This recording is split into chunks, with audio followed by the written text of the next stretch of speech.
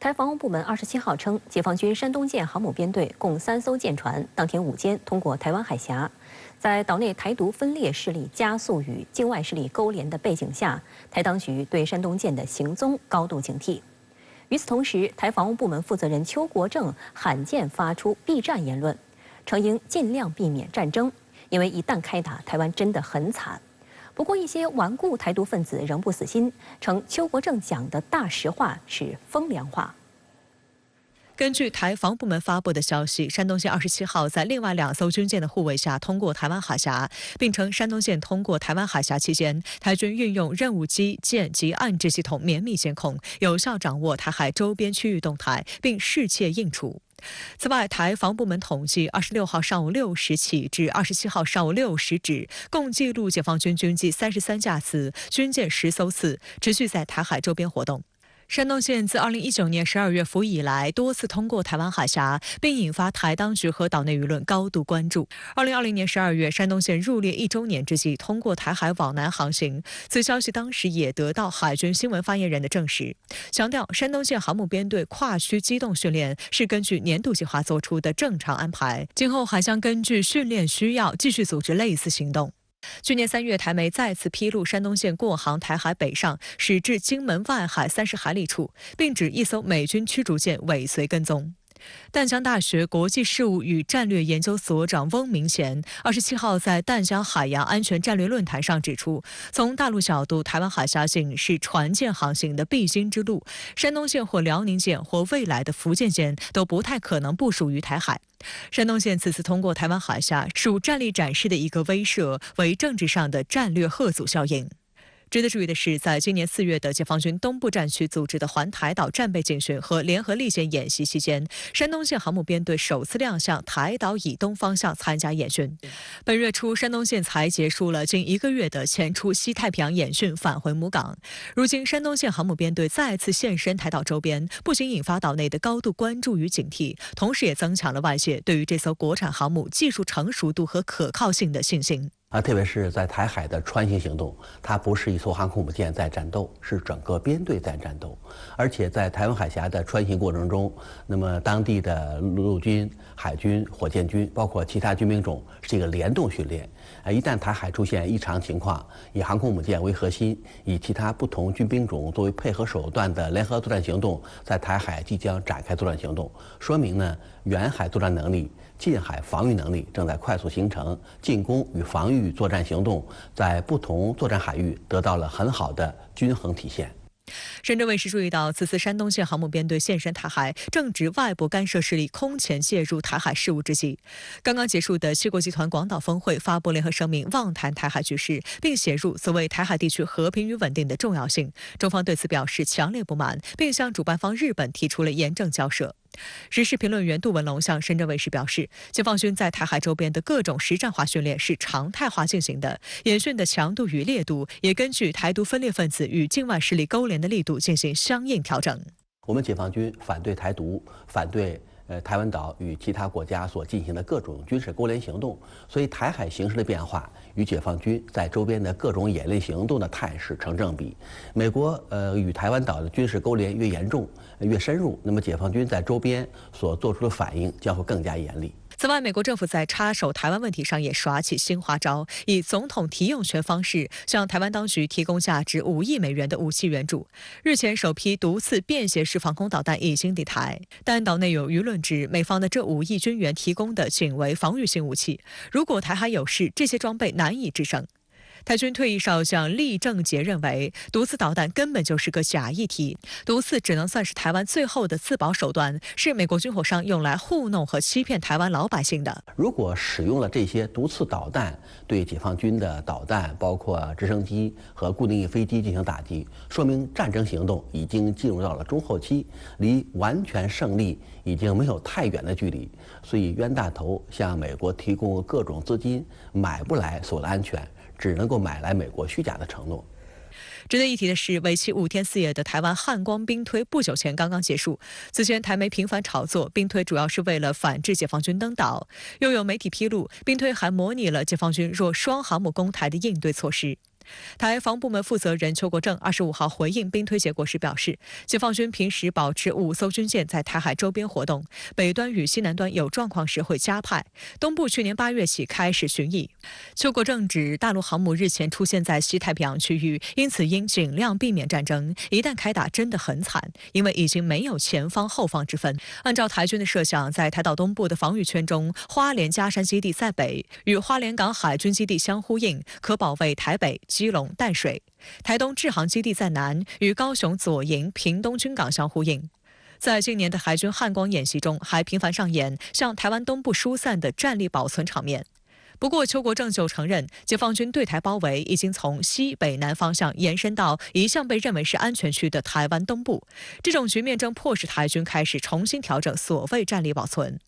但美国《华盛顿邮报》此前披露，美军外泄的机密文件显示，美军评估认为，台军想要将全部战斗机转移到安全地区，需要至少1星期时间，显示台军战力保存根本是空想。之前呢，由于地形条件限制，台湾东海岸由于它的地形特征，包括海域特征相对特殊，是安全的位置。无论是嘉山洞库、狮子山洞库，包括索瓦基地，都是台湾地区空军、海军疏散的重要位置。那么现在解放军的导弹可以进行全岛攻击，而且航空母舰、轰炸机可以环台攻击，所以台湾岛的海岸线没有一处是安全的。所以之前的安全屏障，目前看呢，已经完全支离破碎。相关话题来连线时事评论员宋忠平。宋先生您好。山东舰27号中午通过台湾海峡，时隔不到1个月，山东舰再次现身通过台湾海峡。那您认为从航母战斗力、持续作战等方面，反映了山东舰怎样的一种状态呢？这里面有2种考量，第一种就是山东舰要马不停蹄地进行训练，这个也比较符合于我们现在的养兵千日、练兵千日、用兵千日。作为作战舰艇，包括航母在内，需要不断的练兵，不断的备战。这作为一款战斗装备来讲的话，是必然要经历这样一个过程。毕竟中国使用航母的经验相对来说不是很长，所以我们要加班加点来练兵。练兵不仅仅要强大我们的航母的战斗力，也需要强化我们的保障力。包括你像我们的山东舰也好，辽宁舰也好，都在不断的加强演练。那么山东舰是我们国家研制的第一款航空母舰，在充分借鉴了辽宁舰的基础之上，让我们这款战舰，时至到现在，我们应该看得出来，这款战舰研制是非常的成功。那么它的战斗力、保障力都得到了充分的体现，这是一点。另外一方面的话，就是天下不太平，中国周边不太平。我们现在所看到的就是某些国家不断的在制造各种各样的事端。作为航空母舰，不是宅男，不是宅男的意思是什么？在未来军事斗争准备中，也将会发挥重要的作用。那么有些朋友说，航空母舰未必在未来的台海作战中，包括南海作战中发挥其应有的作用。其实这个说法是不对的。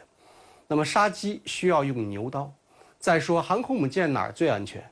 战场上最安全。只有消灭了敌人，航空母舰才是最安全的。所以从中国的航母战斗群来看的话，它不仅仅之前是作为训练，更多的是作为战斗舰。这就是我们无论是辽宁舰还是山东舰所赋予的时代使命。此次山东舰通过台湾海峡的背景也值得关注。刚刚落幕的G7峰会，7国集团对台海问题指手画脚。此时山东舰过航，对岛内台独分裂势力以及外部干涉势力发出了怎样的信号呢？其实我个人的判断呢，作为山东舰穿越台湾海峡，这本身是一次正常的演训。你看，之前山东舰主要是在西太地区进行演练，包括在南海地区进行演练，也就是哪个地方的海域海情相对来说比较复杂，我们的山东舰、辽宁舰都会去相关的海域来进行演练。这种演练其实是2种考量，一方面的话就是对我们的改船能力、造船能力是一个重大的考验，我们也需要通过辽宁舰、山东舰不断的来积累更多的造船经验。所以我们需要的是到风高浪急的地方来锻炼我们的舰船，来锻炼我们的部队，这个本身也是战斗力、保障力形成的一个重要体现。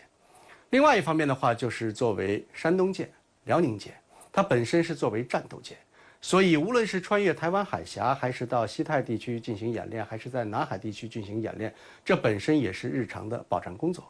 也是日常我们训练的工作。那么既然天下不太平，那么我们就需要强化我们航母战斗群的实际作战能力，针对性的作战能力。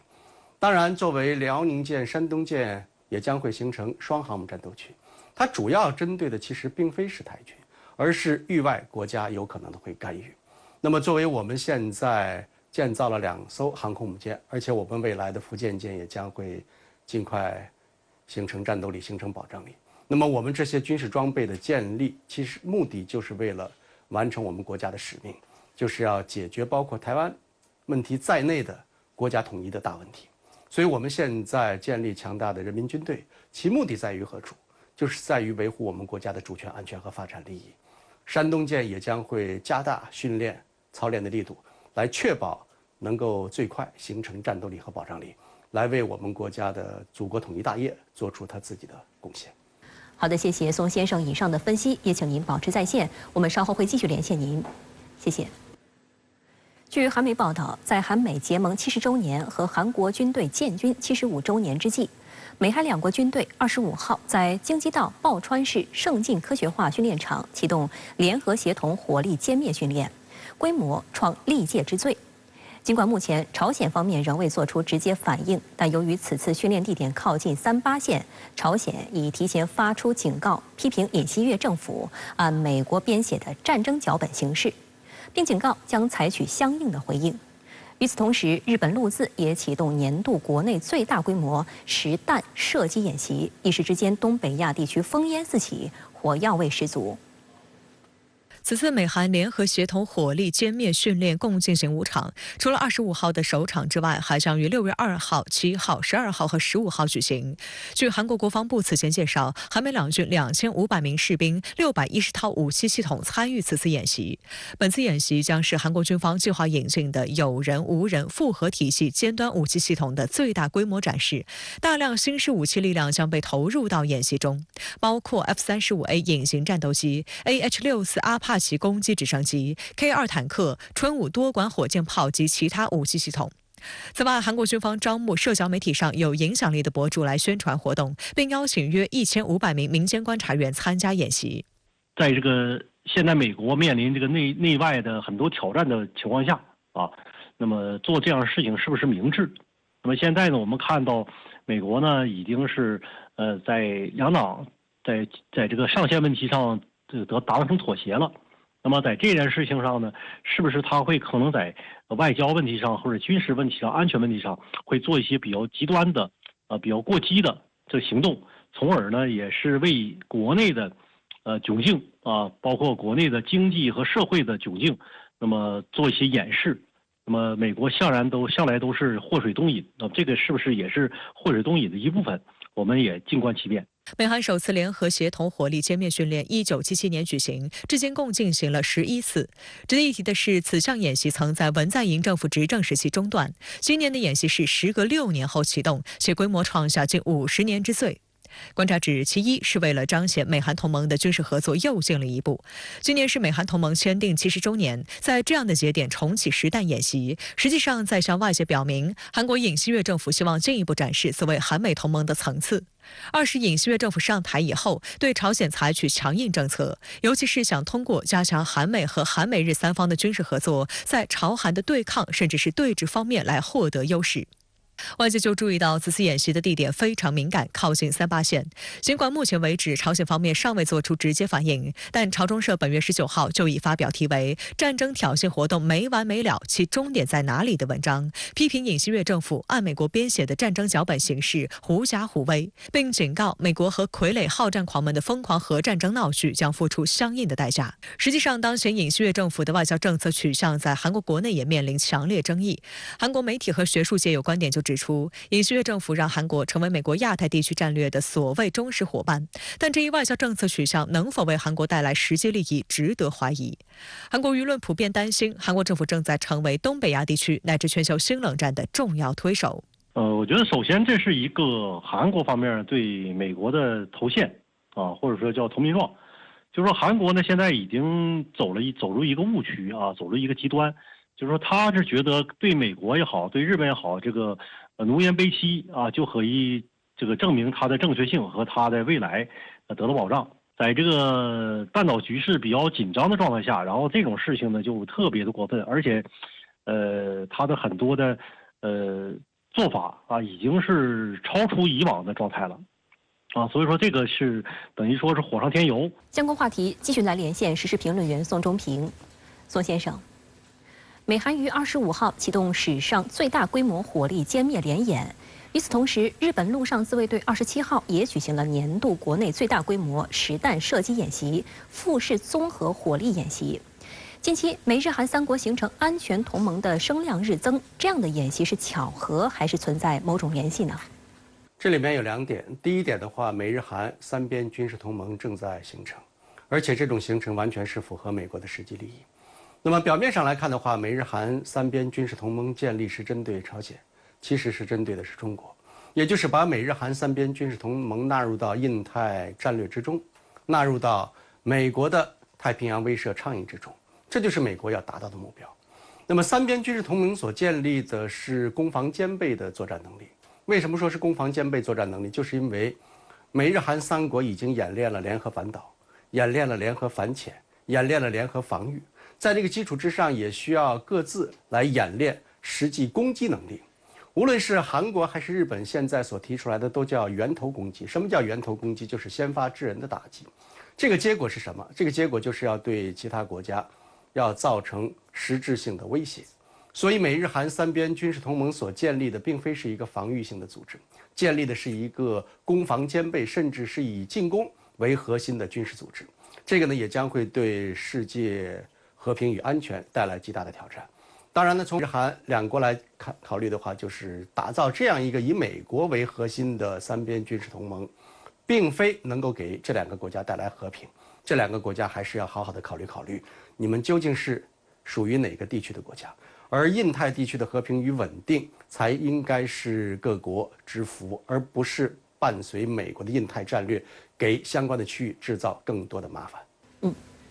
日本的富士综合火力演习虽然是年度惯例，但在日本提出提升先发制人的打击能力后，您认为这次演习是否出现了相应的新变化呢？实际上，无论是尹锡悦代表的韩国政府，还是现在岸田文雄所代表的日本政府，都在打造攻势战略。这个其实对美国来讲的话是有帮助。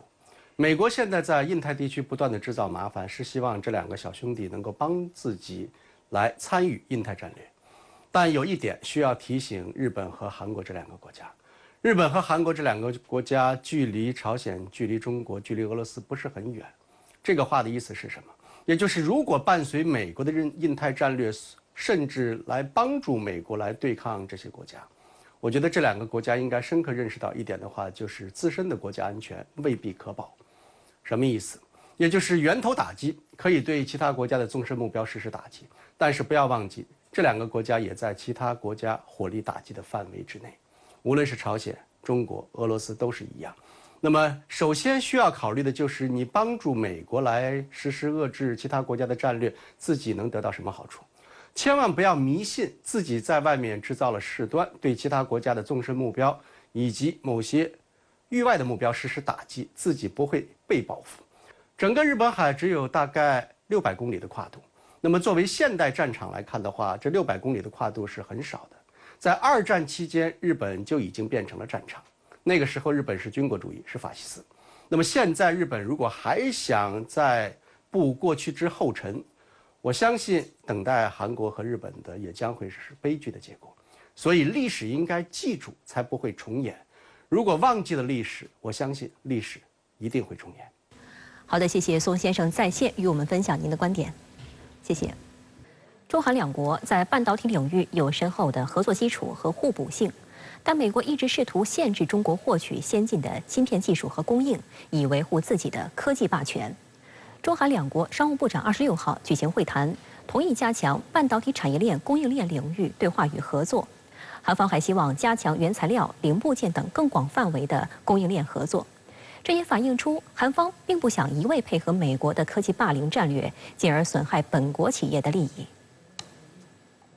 当地时间26号，商务部部长王文涛在美国底特律参加亚太经合组织第29届贸易部长会议期间，会见韩国产业通商资源部通商交涉本部长安德根。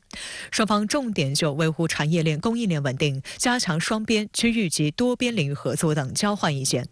值得关注的是，中韩两国政府对此次会见内容的着重点有所不同。中国商务网站消息称，双方一致同意加强半导体产业链供应链领域对话与合作，而韩国产业通商资源部则凸显了原材料、零部件等更广范围的供应链合作。中韩两国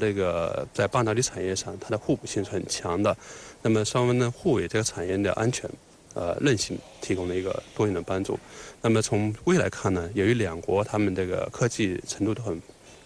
水平都很高，而且在对半导体产业的这个投资和研发呢越来越重视，所以双方在半导体产业上的这个研发方面会有进一步的合作的空间。连日来，韩国政府官员多次表示希望与中国沟通，不会与中国脱钩的声音。韩国经济副总理兼企划财政部长官邱信浩22号重申韩政府不脱中的立场。邱信浩称，中国是韩国第一大贸易伙伴国，也是最重要的经济合作伙伴。虽然韩国为加强与美国的关系努力着，但这不应被解读为忽视韩中关系。韩国从未宣布过与中国脱钩，也无意这么做。韩国是全球半导体产业的领军者，其三星电子和 SK 海力士是全球最大的2家存储芯片制造商，也是中国市场的重要供应商。针对美国商务部早前颁布的芯片与科学法案实施细则，将韩国企业等在华新建的产能限制在现有产能的5%以内。韩国政府日前要求美国重新审议这一规则，将限制提高到10%。5月19号，中国驻韩大使邢海明会见邱信浩时表示，当前中国经济复苏势头强劲，消费投资回升加快，将为包括韩国在内的世界各国提供更为广阔的发展机遇。但邢海明也强调，近来个别国家人为构建小院高墙，推行脱钩断链，希望韩方能坚持客观公正立场和市场经济原则，积极维护中韩产业链供应链稳定畅通。中美韩在半导体产业链上既有合作也有竞争的一方面。从目前看的话，美国是非常担心，美国公司受到制裁以后，韩国的半导体企业会趁机会占取美国在中国的市场份额，那么从而导致这个韩国的半导体产业做大做强。所以从这个角度来讲呢，就是中美韩双方应该有机会能够坐下来，能够非常好的协调一下在半导体产业上的安全和合作问题。美国在科技领域强化小院高墙，其在亚太的延伸就是启动所谓印太经济框架，推出有岸外包概念，破坏全球经贸体系。当地时间5月27号，印太经济框架部长级会议在底特律举行，共有14个国家的代表参会，在供应链领域达成一项协议，加强芯片、关键矿物等基本材料的供应链，以减少这些国家对中国的依赖。而作为印太经济框架的2大牵头国，美日就宣布将深化在先进芯片和其他技术研发方面的合作，以减少对中国的依赖，共同扩大芯片制造，保障对经济增长至关重要的先进组件供应。美国商务部长雷蒙多和日本经济产业部长西村康稔26号在底特律会晤后发表联合声明，提出了先进芯片制造合作的路线图，重申需在高科技领域和供应链上密切合作。中国外交部发言人毛宁26号就印太经济框架相关问题表示，无论是什么名义的区域合作框架，都应当保持开放包容，而不是歧视、排他、搞保护主义。美国为了限制中国的发展，维护自身霸权，将经贸问题政治化，胁迫诱拉一些国家限制对华出口，严重冲击全球半导体产供链的稳定。中方对此坚决反对。美国商业团体也对这项供应链协议提出异议。美国商会、全国制造商协会等30多个团体27号向美国政府发出一封联名信，称供应链领域的谈判遗漏了一些可以帮助美国出口商的贸易优先事项，包括降低对其商品征收关税等贸易壁垒。联名信称，美国商业团体担心美国政府提案的内容和方向有可能无法取得有意义的战略和商业成果，而且还会危及美国在印太地区及其他地区的贸易和经济利益。美国外交学者网站23号刊文指出，美国对中国发动科技战的目标很明确，那就是在自己发展的同时，确保中国停滞不前。文章说，现在中国首次实施反击，将限制美国最大芯片制造商美光公司向中国关键信息基础设施的运营者出售产品。中国对美光公司的禁令可能传递出一个信号，那就是中国认为其国内市场具有重要地位，美国及其盟友无法轻易地绕过中国市场。文章指出，随着美国加大施压力度打压中国供应链，中国也持续努力加强本土芯片生产能力。中国庞大的国内市场也足以培育新兴的本土芯片企业。英国特立独行网站23号刊文提到，上个月白宫要求首尔阻止美国芯片被韩国芯片替代，但韩国对此反应冷淡，坚称这是由该国企业决定的事情。韩国拒绝损害其企业，以满足华盛顿外交政策机构的愿望，这表明美国的贸易战面临着硬限制。文章认为，在过去的1年里，美国及其盟友得到了一系列教训，即在一个瞬息万变的世界中，他们的硬实力和软实力都是有限度的。中国不是伊朗，甚至不是俄罗斯，试图在经济和外交上孤立中国几乎是不可能的，而且很可能最终会导致试图采取这一措施的国家自己受到孤立。在未来几个月里，美国似乎越来越有可能不得不修改其对华政策。美国搞阵营化、搞小圈子，那么它首先难以解决问题，就是这个阵营化、小圈化呢，它会增强这个半导体产业它这个市场成本和经济成本，那么从而导致整个半导体产业它这个经济效益会下滑，也会导致各国的这种投资重复，造成的产能过剩、投资过剩，真的又反过来会导致各国政府会重新考虑这所谓阵营化、小圈子化的这个经济合作模式是不是符合本国的利益。美国白宫与国会终于打破了延宕数月的美债上限谈判僵局。总统拜登和众议院议长麦卡锡27号晚达成了原则性协议，但该协议还需在未来1周内在国会参众两院获得通过。能否赶得上6月5号这个最后期限，仍存变数。I just got off the phone with the president. I talked to him twice today, and after weeks of negotiations, we have come to an agreement in principle. We still have a lot of work to do, but I believe this is an agreement in principle that's worthy of the American people. 麦卡锡表示，谈判小组将于28号敲定法律文本，31号在国会众议院对协议进行投票表决。当天稍晚，美国总统拜登在社交媒体上证实了麦卡锡的声明。他表示，自己已和麦卡锡在原则上达成了一项预算协议，并表示该协议的达成是一种妥协。美国联邦政府目前债务规模约为31.46万亿美元。财长耶伦此前多次警告，如果国会不提高或者暂停上限，财政部资金将不足以履行支付义务。如果将欠款分摊给美国民众，相当于每个美国人负债9.4万美元。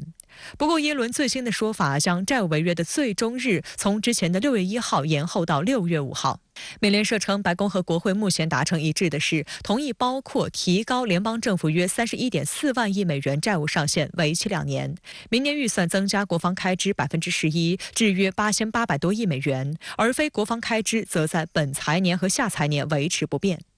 此外，联邦政府也需进一步增加部分社会福利项目的准入门槛。协议能否最终通过，还需要美国国会两院各自的立法通过，并且得到总统签署才能够实现。但美媒普遍质疑，这份原则性协议中，美国两党各自就哪些问题做出了重大妥协，并没有对外公布。美国全国广播公司认为，背后的原因极可能是这些妥协内容在两党各自内部仍然存在比较致命的反对声音。《华尔街日报》称，一些共和党人要求更大幅度的开支削减，尤其是共和党内的强硬派自由核心小组成员威胁，如果法律文本包含任何不符合他们期望的内容，他们将竭力阻止。Kevin McCarthy earlier in the day had indicated the press, those of us in the press corps, would not learn the details until sometime down the road because he wants to socialize this with his members. You might remember, and we reported this earlier on the air today, that there was a bit of a conflict, some tension between conservative members and 而一些民主党人也对拜登在谈判中的妥协感到犹豫，认为将影响民主党方面提出的未来2年工作计划。鉴于目前种种分歧，虽然两党达成原则性协议，并不意味危机解除。华盛顿邮报一针见血地指出，短时间内在当前这个容易陷入困境且分裂的国会通过协议是一项艰难的任务。So look, all of this right now comes down to what's actually in this deal, of course. We don't have the exact contours figured out. 共和党要求民主党去减少对新能源产业链的税收减免和支出，这一块就总共涉及到有5400亿美元。然后另外一块就是对于学生贷款这一块的支出也是存在分歧的。不仅如此呢，共和党说你未来的话10年每年的财政支出只能增长1%，所以这个实际上民主党是很难去接受的。美债一旦违约，首先受到冲击的必然是美国自身经济和民众福祉。在此危急关头，美国两党仍在为自身利益扯皮，令不少依靠社保度日的美国人忧心忡忡。If they decided to make it late, that's one thing. If they decide to take it away, honest to goodness, we would probably be homeless. 美债炸弹一触即发，也进一步加深了舆论担忧。国际评级机构 DBRS 晨星25号将美国列入主权信用评级恐遭下调的负面观察名单，这是继惠誉之后第二家采取类似行动的国际评级机构。美联社记者凯文·弗雷辛在报道此事时警告称，债务上限谈判每延长1天，美国在国际上的可信度就降低1分，因违约而产生的连锁反应则有可能外溢，从而波及全球。If a default were to occur, interest rates would immediately spike, and the U.S. would be viewed internationally as a less safe place to invest. Bond.Interest rates to pay our debts into the future would most certainly skyrocket, and there's little doubt that the economy would suffer. 华尔街日报提醒，即便这份协议最终在国会获得通过，并按时递交至拜登桌前，也仅仅只是堪躲过这次危机，治标不治本，仍然不太可能改变美国财政状况的长期走向。美国政府长期入不敷出，并用发行债券等方式举债度日。按照美国国会智库机构国会研究服务部的记录，自1978年以来，国会把提高债务上限与其他法案捆绑出台达32次之多。博弈结果主要取决于两党力量对比。从过往经验来看，两党往往要拖到最后一刻，迫于多种压力，反复权衡利弊后，才会达成某种妥协。在2011年奥巴马政府时期，尽管两党在最后一刻就债务上限达成协议，但也导致美国主权信用评级被下调，金融市场出现大幅波动。2013年，美国两党因削减社会福利和医改问题，再次陷入债务上限谈判僵局，导致政府关门半个月。因此，有分析指出，只要白宫寅吃卯粮的财政模式不改，两党争斗的政治格局不变，债务上限作为美国财政约束工具和政治斗争筹码的情况就会持续存在。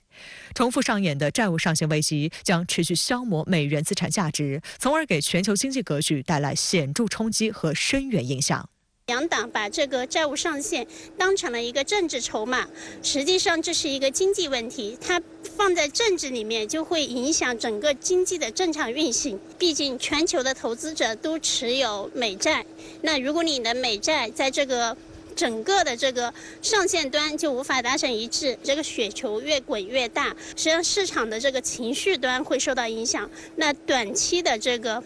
国债的利率就会上升得非常快，价格就会回落的比较大，这时候整个金融市场的波动是首当其冲受到影响的。相关话题来连线特约评论员陈冰。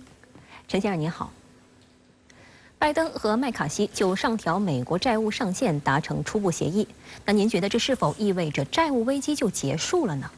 拜登和麦卡锡就提高联邦政府的债务上限达成了初步的协议，这是一个比较好的迹象，为美国避免债务违约打开了门。但是呢，美国能否真的避免违约，还需要进一步的观察。就像文本协议所说的，白宫和共和党领袖达成的这项协议啊，不是绝对的，也不值得庆祝。关键呢是在6月份政府用完这个还债利息的资金以前，这项协议能不能在国会获得通过？只有参众两院通过了，违约呢才能真正的避免。如果通不过，协议呢还需要修改，就得在国会进一步讨论通过，这呢是需要时间的。因此呢，不排除在违约日之后，国会才同意提高债务上限。当然了，这个违约日呢，也就是美国媒体常说的 X Day 是变动的。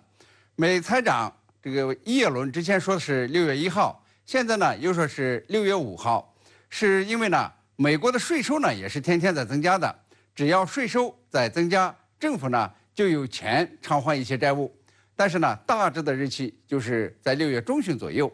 现在呢，美国财政部不断的呼吁大限就要到了，为了避免债务违约，得赶紧想办法出协议，也是为了避免违约，这个争取时间。那么另外呢，为了避免违约美国政府也可能对联邦公务人员进行技术性放假，暂停发放工资，用节省下来的工资呢偿还债务。这样的事呢，在2011年就发生过。因此说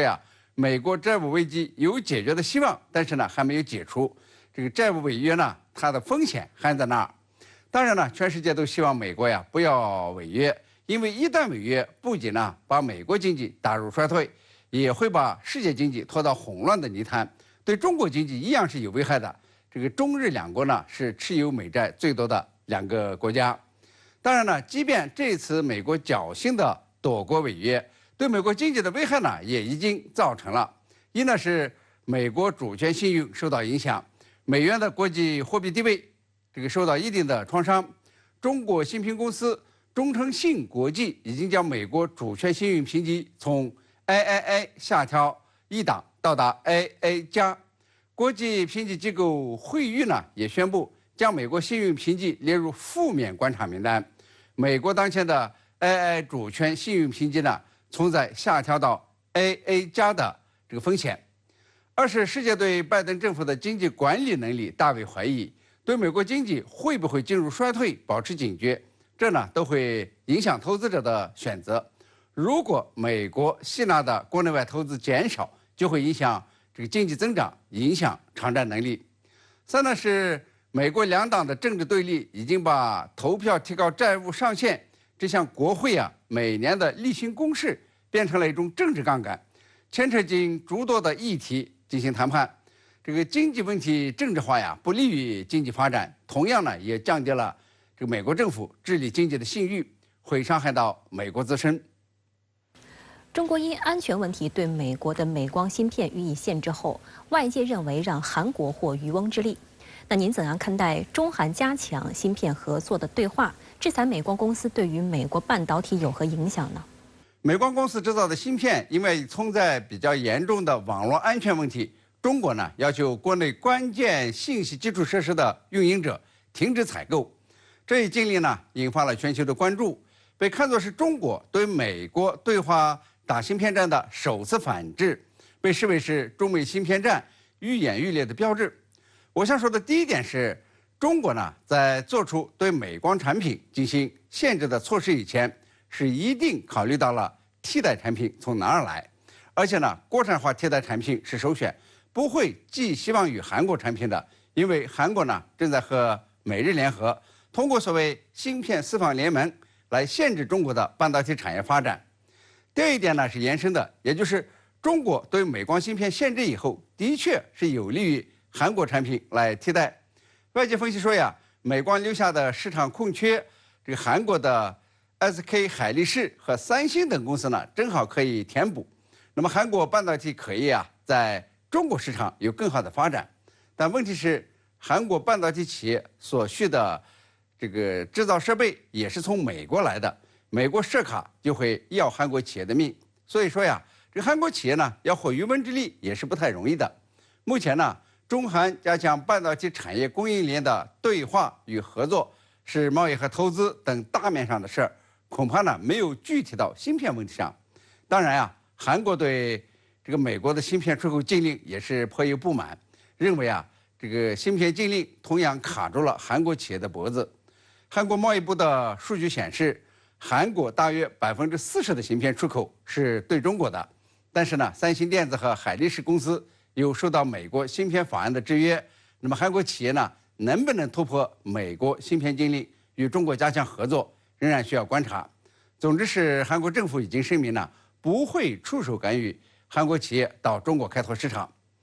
第三一点呢，是因为美国率先对华进行芯片禁令，并且联手和韩日对华进行封杀，迫使中国对美光进行反制。这一反制呢，也让美国半导体企业跳脚。一些企业家认为，对中国市场封锁将会让美国芯片很难找到买家，其中1/3的产能呢可能会烂在仓库，对美国半导体产业发展非常的不利。因此呢，中国制裁美光公司是以美国之道还治美国之身，让美国感受一下美国的经济胁迫是怎样伤害其他国家和自身企业的。好的，谢谢陈先生在线与我们分享您的观点，谢谢。